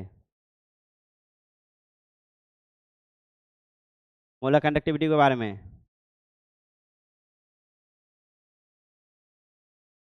है, क्या है, मार खाओगे तुम लोग सबके सब, कोई कुछ नहीं लिख के रखा है, नहीं लिखोगे तो वो बात छोड़ के भी चले जाएंगे। ठीक है, इसमें वॉल्यूम बढ़ेगा, इसमें वॉल्यूम बढ़ेगा, इधर आ जाओ, इसमें देखो, इसमें जनरली वॉल्यूम बढ़ेगा तो कंडक्टिविटी घटेगा। ठीक है, क्यों, वॉल्यूम बढ़ेगा तो कॉन्सेंट्रेशन घटेगा, वॉल्यूम बढ़ेगा तो कॉन्सेंट्रेशन घटेगा, इसी कारण से कंडक्टिविटी भी घटेगा। समझ में बात, लेकिन लेकिन हाँ, लेकिन यहाँ पे वॉल्यूम बढ़ेगा तो, यहाँ देखो, वॉल्यूम बढ़ेगा, कॉन्सेंट्रेशन इसमें घटेगा, लेकिन कॉन्सेंट्रेशन टोटल कितना है, 1 मोल है। ठीक है, 1 मोल है। ठीक है, तो उसमें क्या होगा, इसमें क्या होगा, इसमें जो मोलर कंडक्टिविटी है, मोलर कंडक्टिविटी क्या होगा, उसमें बढ़ेगा, मोलर कंडक्टिविटी क्या होगा, बढ़ेगा। ठीक है, मोलर कंडक्टिविटी बढ़ेगा।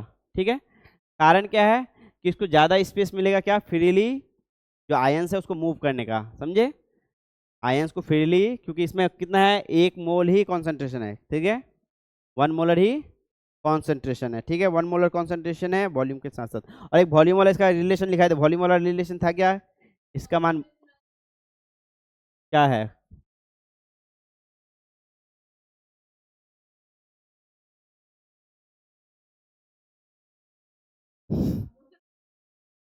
कौन,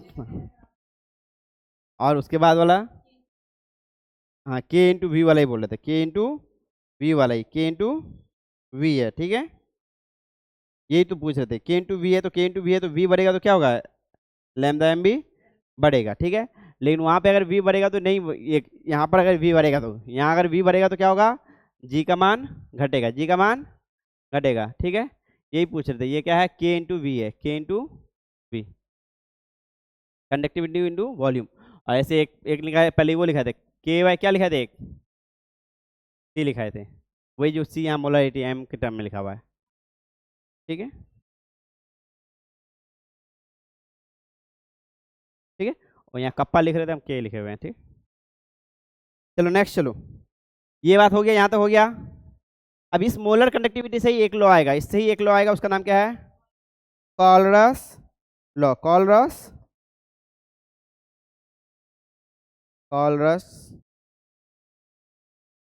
लॉ, कॉलरस लॉ क्या है, मोलर कंडक्टिविटी निकालने का है। कॉलरस लॉ क्या है, मोलर कंडक्टिविटी को ही निकालने का। कौन सा, किसका मोलर कंडक्टिविटी निकालने का है, वीक इलेक्ट्रोलाइट। अब स्ट्रॉन्ग इलेक्ट्रोलाइट और वीक इलेक्ट्रोलाइट क्या होता है, प्रबल और दुर्बल इलेक्ट्रोलाइट क्या होता है, इलेक्ट्रोलाइट का हिंदी क्या होता है, वैद्युत अपघट्य।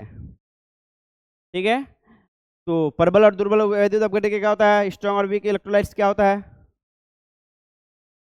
स्ट्रॉन्ग और वीक। वीक में क्या होता है, वीक ए, हाँ ये है इलेक्ट्रोलाइट्स। स्ट्रॉन्ग और प्रबल क्या होता है, जिसमें आयंस की तरह क्या होता है, पूरी तरह से टूट जाता है। जैसे एग्जांपल है NaCl, ये पूरी तरह से Na बन जाएगा और ये पूरी तरह से Cl बन जाएगा। इसका एग्जांपल क्या है, एसिटिक एसिड लिखे थे CH3COOH, इसमें पूरी तरह से नहीं टूटेगा, CH3COO और H प्लस जो बनेगा ये 100% नहीं टूटेगा, ये 100% क्या हो जाएगा, टूट जाएगा। ठीक है, ये 100% टूट जाएगा, ये नहीं टूटेगा, 100% नहीं टूटेगा। ठीक है, तो इसका मोलर कंडक्टिविटी निकालना इजी था, क्योंकि इसका क्या हो रहा है, ब्रेकडाउन पूरी तरह से हो जा रहा है, टोटल नंबर ऑफ आयंस पता चल जा रहा है, सब कुछ। लेकिन इसका इजी नहीं है। ठीक है, तो इसके लिए इन्होंने एक नियम निकाला है। इसने क्या किया, इसने कहा कि इंडिविजुअल, जैसे यहाँ Na प्लस है, ठीक है, इंडिविजुअल का जो क्या है कंडक्टिविटी है, मोलर कंडक्टिविटी, इन दोनों को जोड़ के ही क्या बन रहा है, NaCl का मोलर कंडक्टिविटी बन रहा है। मतलब समझ में आई बात, Na का आयन का और Cl का आयन का जोड़ के ही क्या बन रहा है, NaCl के मोलर कंडक्टिविटी आ रहा है। समझे, एक मोल अगर NaCl डालें उसका मोलर कंडक्टिविटी कितना होगा, Na का अलग से जोड़ के और Cl का अगर अलग से जोड़ें तो जितना आएगा उतना ही आएगा। समझ में आई बात। इसी तरह से इन्हीं का हेल्प लेके हम इसका निकालते हैं, किसका निकालते हैं, जो वीक इलेक्ट्रोलाइट्स है, जो यही क्या है, कॉलरस लॉ। कॉलरस लॉ क्या है कि इंडिविजुअल आयंस का जो मोलर कंडक्टिविटी होगा उसी का योग से क्या होगा, उस पूरे कॉम्बिनेशन का क्या होगा, मोलर कंडक्टिविटी होगा। इंडिविजुअल आयंस का जो कंडक्टिविटी होगा उसका कॉम्बिनेशन क्या होगा, मोलर कंडक्टिविटी होगा। तो इसका ही जो हम लोग स्ट्रॉन्ग इलेक्ट्रोलाइट्स है, इन्हीं का कॉम्बिनेशन मिला के क्या बनाते हैं, वीक इलेक्ट्रोलाइट्स का निकालते हैं। वीक इलेक्ट्रोलाइट्स का कैसे निकालेंगे, जैसे NaCl का निकाल दिए, इसके साथ हम निकाल देंगे किसका, CH3COO Na का। समझे, क्योंकि यहाँ पे 100% टूट जाएगा, Na प्लस है CO माइनस है, यहाँ 100% टूट जाएगा, तो यहाँ क्या बनेगा, Na प्लस ही बनेगा और CH3COO माइनस बनेगा। ठीक है, साथ में इसी का निकाल देंगे, क्या निकाल देंगे, ये पूरा है लैम्डा है, ठीक है, और ये यहाँ से लेते हैं 20 से, एक साथ एक बनाने मत लेना, ये उल्टा भी है। समझ में आई बात, HCl का, HCl का क्या आ जाएगा, H प्लस का और Cl माइनस का। ठीक है, आ गया। अब इसको और इसको जोड़ोगे तो क्या बनेगा, NaCl CH3OH, ये आ गया, तीनों चारों आ गया। इनमें से इन दोनों को घटा देंगे तो किसका आ जाएगा, यानी कि जब हमको किसका निकालना है,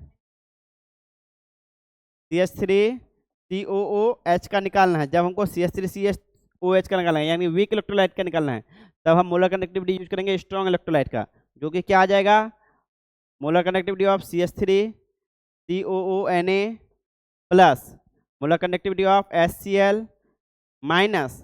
अब इन चारों में से क्या क्या माइनस करना है हमको, बस ये और ये, किसको माइनस कर देंगे, मोलर कंडक्टिविटी ऑफ NaCl। समझे, तो ये वीक इलेक्ट्रोलाइट्स का निकालने के लिए हम लोग क्या यूज करते हैं, कॉलरस लॉ को यूज करते हैं। और कॉलरस लॉ क्या बताता है, इंडिविजुअल आयंस का जो क्या आएगा, कंडक्टिविटी आएगा, उनका ही योग से क्या बनेगा, मोलर कंडक्टिविटी होगा। समझे, इनका ही योग से क्या होगा, मोलर कंडक्टिविटी होगा। कॉलरस लॉ हो गया, खत्म हो गया, लगभग लगभग चीज खत्म हो गया तुम लोग का, समझे। तो अब इससे करो क्वेश्चन तुम लोग, समझ में आई बात। फैराडे जो फर्स्ट लॉ क्या बोलता है बताओ। The amount deposited on electrode is directly proportional to electricity passes, ठीक है, जो भी इलेक्ट्रिसिटी पास हुआ। फैराडे सेकंड लॉ क्या बोलता है, when equal electricity passes for multiple क्या है इलेक्ट्रोड, आयन डिपॉजिटेड क्या होगा प्रोपोर्शनल टू क्या होगा equivalent masses, proportional to equivalent masses, यानी कि जो इलेक्ट्रोड पे क्या होगा धातु जमा होगा वो उसके इक्विवेलेंट मास के क्या होगा प्रोपोर्शनल होगा, ठीक है, समानुपाती होगा, ठीक है। नर्स इक्वेशन क्या निकालने के लिए है, नर्स इक्वेशन क्या निकालने के लिए है, ई सेल किसी भी कॉन्सेंट्रेशन पर, समझे, नर्स इक्वेशन ई सेल किसी भी कॉन्सेंट्रेशन पर, ठीक है। गैल्वेनिक सेल क्या है, जो केमिकल रिएक्शन से क्या बनाता है इलेक्ट्रिकल एनर्जी। इलेक्ट्रोलाइटिक सेल क्या है, जो इलेक्ट्रिसिटी से क्या बनाता है केमिकल रिएक्शन करता है, ठीक है। और इलेक्ट्रोलाइटिक में ही क्या है Faraday's first law and second law. उसके बाद क्या आया, उसके बाद क्या आया, ये क्या था, ठीक है, ये है एस एच ई क्या है, S H E standard hydrogen electrode है, जिसका मान हम लोग क्या मानते हैं मानक 0 मानते हैं, और इसी के कंपेयर में बाकी सबका हम लोग क्या निकालते हैं पोटेंशियल निकालते हैं, जो क्या करेगा इसको H प्लस को क्या करेगा ऑक्सीडाइज करेगा, यानी कि H हाइड्रोजन को ऑक्सीडाइज करके H प्लस बनाएगा, वो क्या कहलाएगा ऑक्सीडाइजिंग एजेंट। जो रिड्यूस करेगा उसको क्या कहेंगे रिड्यूसिंग एजेंट। यानी कि सीधा याद रखेंगे इधर जो नेगेटिव मान आएगा तो उसको क्या कहेंगे रिड्यूसिंग, स्ट्रॉन्गर रिड्यूसिंग है और रिड्यूसिंग एजेंट है, ठीक है। और ऊपर जो है वो क्या है ऑक्सीडाइजिंग एजेंट, ऊपर जो है 0 से ऊपर जितना भी है उसको क्या कहेंगे ऑक्सीडाइजिंग एजेंट, समझे। यानी कि ऊपर वाला क्या करेगा इलेक्ट्रॉन को लेगा, हाइड्रोजन से इलेक्ट्रॉन को लेगा, लेकिन नीचे वाला क्या करेगा हाइड्रोजन को इलेक्ट्रॉन देगा, समझ में आई बात। जब बैटरी में दोनों का कॉम्बिनेशन लाएंगे तो ये हाइड्रोजन को इलेक्ट्रॉन देगा, एसएचई को इलेक्ट्रॉन देगा, और ऊपर वाला एसएचई को एसएचई से क्या करेगा इलेक्ट्रॉन लेगा, वहाँ हाइड्रोजन से क्या बनेगा H प्लस बनेगा ऊपर वाले के लिए, और नीचे वाले के लिए क्या होगा H प्लस से हाइड्रोजन गैस बनेगा, समझ में आई बात। ये बात हो गया। और एक बात छोड़िए, ये कोरोजन, कोरोजन क्या होता है, कोरोजन क्या है, कोरोजन क्या है वही इलेक्ट्रोकेमिकल रिएक्शन ही है, ठीक है। हवा में क्या रहता है ऑक्सीजन रहता है, ठीक है, एसिडिक रहता है जैसे सल्फर डाइऑक्साइड रहता है, ठीक है, और क्या रहता है जैसे लोहा वगैरह रहता है, लोहा रहता है,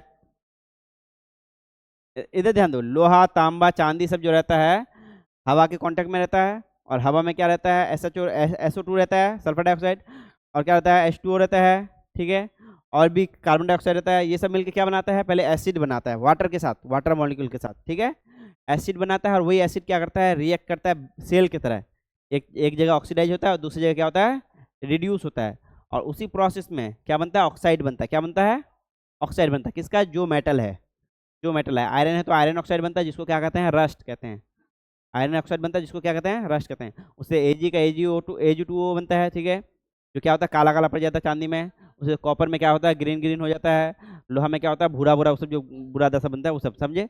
तो इसका प्रिवेंशन क्या है, जो भी चीज़ हम लोग यूज कर रहे हैं उसमें या तो कलर कर दें या फिर उसको किसी तरह से प्रोटेक्टिव लेयर से क्या कर दे घेरा बना दे कवर कर दे, ठीक है। रस्टिंग ऑफ आयरन एग्जाम्पल है, फर्निशिंग ऑफ सिल्वर, ठीक है, ये सब एग्जाम्पल सब है। ये कंप्लीट हो गया, बैटरी हो गया प्राइमरी सेकेंडरी, प्राइमरी में 2 एग्जाम्पल है, सेकेंडरी में 2 एग्जाम्पल है, ठीक है। नर्स इक्वेशन हो गया, फैराडे लॉ हो गया, सब तो लगभग लगभग हो ही गया। अब तुम लोग को इसमें क्या डाउट है और बताओ, कौन सा पोर्शन में ज़्यादा डाउट है, उंगली चबाने पे काम हो जाएगा, बोलो।